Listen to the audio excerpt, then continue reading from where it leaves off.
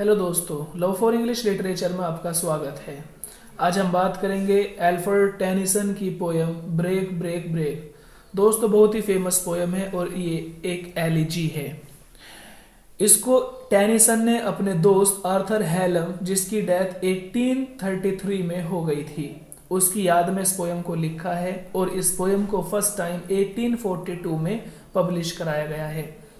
दोस्तों, इसमें Alfred Tennyson, इसकी क्योंकि एक एब्रप्ट ओपनिंग है ब्रेक ब्रेक ब्रेक, तो आप इसको थोड़ा समझ लें कि एल्फ्रेड टेनिसन के दोस्त आर्थर हेलम जो है जा चुके हैं दुनिया से, और इस समय जो टेनिसन है वो एक नदी के, एक समुंदर के किनारे पर खड़े हुए हैं।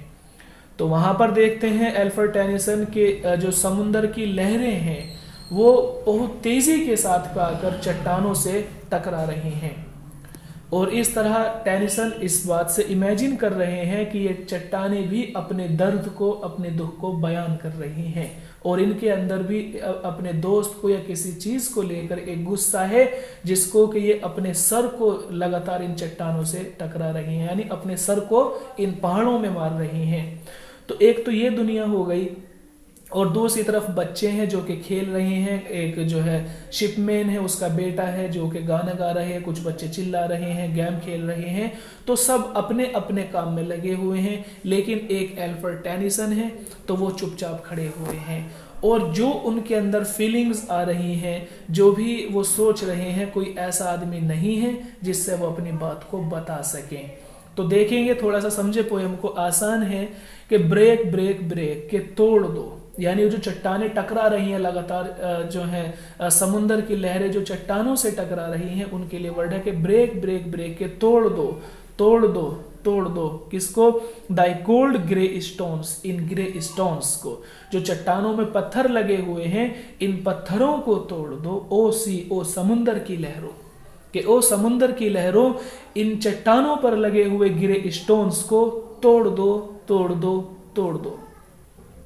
And I would that my tongue could utter the thoughts that rise in me, और काश I could, कि काश मेरी जबान, my tongue could utter, मेरी जबान कह पाती, कि काश मेरी जबान बोल पाती the thoughts, उन विचारों को that arise in me, मेरे अंदर जो उठ रहे हैं, कि काश मेरी जबान उन विचारों को कह पाती, उन विचारों को बयां कर पाती जो मेरे अंदर उठ रहे हैं। तो यहाँ पर एल्फ्रेड टेनिसन इसी तरह कह रहे हैं कि जैसे समुंदर की लहरें अपनी बात को किसी से नहीं कह पा रही हैं, अपने गुस्से को वो चट्टानों में टकरा कर शांत कर रही हैं, इसी तरह बिल्कुल मैं हूं। तो कह रहे हैं कि काश मेरी जबान उस बात को बोल पाती जो मेरे दिल के अंदर फीलिंग्स आ रही हैं। नेक्स्ट देखें, सीन चेंज है कि O well for the fisherman's boy, कि उस फिशरमैन यानी जो मछुआरे होते हैं, कि ये बात मछुआरे के बेटे के लिए बहुत अच्छी होगी। Well for the fisherman's boy, के मछुआरे के बेटे के लिए ये बात, ये मौसम बहुत अच्छा है। That he shouts with his sisters at play, जो अपनी बहन के साथ खेल रहा है और शोर मचा रहा है, कि ये मौसम, ये सरकमस्टांसिस, जो लहरें आ रही हैं और जा रही हैं, मछुआरे के बेटे के लिए अच्छी हैं। Well for the fisherman's boy, मछुआरे के बेटे के लिए अच्छी है। क्यों? क्योंकि वो अपनी बहन के साथ में खेल रहा है। एंड शाउट्स, और वो शोर मचा रहा है।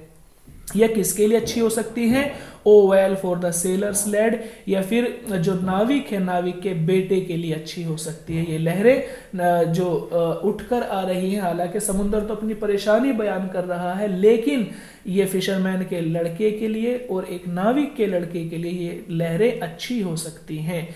That he swings in his boat on the bay, क्योंकि जो सेलर का बेटा है, नाविक का बेटा है, वो अपनी नाव में बैठा हुआ है, जो कि बे माने खाड़ी, जो कि एक खाड़ी के से होते हुए उसकी नाव जा रही है, और ये नाविक का बेटा सिंग्स गा रहा है, कि नाविक का बेटा अपनी एक नाव में बैठकर एक खाड़ी में सफर करता हुआ गा रहा है। तो इन दोनों के लिए लहरें अच्छी होंगी।